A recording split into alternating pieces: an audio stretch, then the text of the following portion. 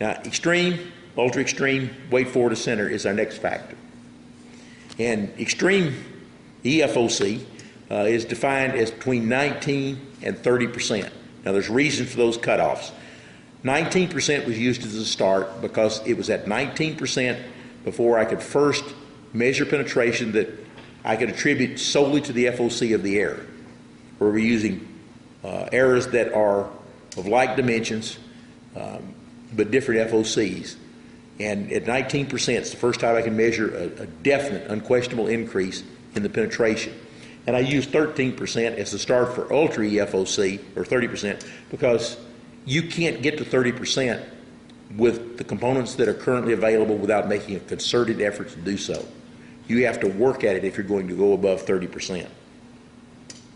Now, extreme FOC does more than any feature except flight quality to maximize the effect of the other penetration enhancing factors. So it's just like flight.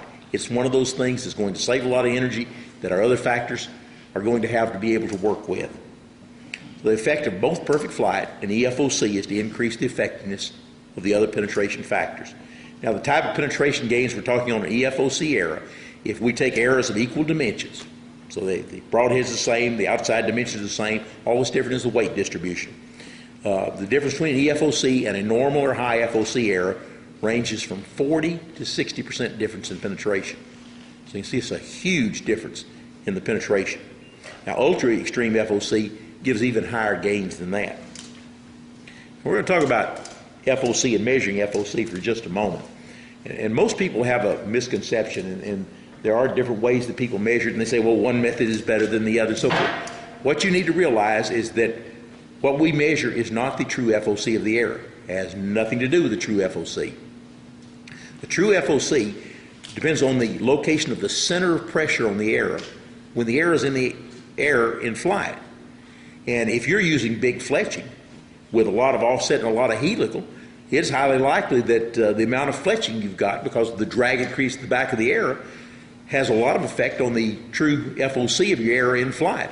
Maybe even as much as where the location of the balance point is.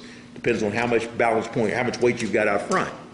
So what we're measuring when we measure FOC is a relative reference point, nothing else. It has nothing to do with the true FOC of an error. It's just exactly like measuring the static spine on an error shaft. The static spine, okay, we put it between 2 points, put a weight on it, it bends this much. All it tells us is that we can now use this as a reference to look at the next shaft, see if it's the same spine, if it's stiffer, or if it's weaker.